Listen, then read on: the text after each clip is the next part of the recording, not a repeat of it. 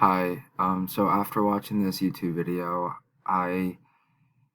it's kind of hard to decide whether or not it is likely for an intelligent life form to be developed after the 14 billion year life of the universe, just because as we think about what they described in the video was as um, it's kind of like we started like very small. Everybody or everything in the universe was kind of compact together, and then as we've moved on and as we've grown millions and millions of years apart from each other, um, the universe has gotten bigger. And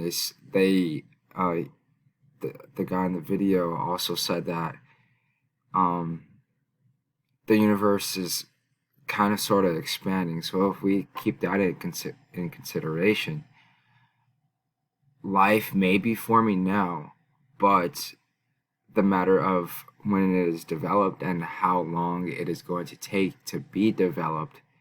Because if you think about human life and the time that they took to be developed and just overall like technology, so all those advancements, I think, is likely. But when will when will we see it?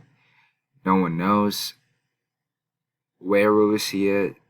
No one knows, because I mean, as we've gone through all these videos and all these homework assignments, it's kind of hard to determine whether or not there's going to be life forming now, or if there's other lives or forms of life elsewhere.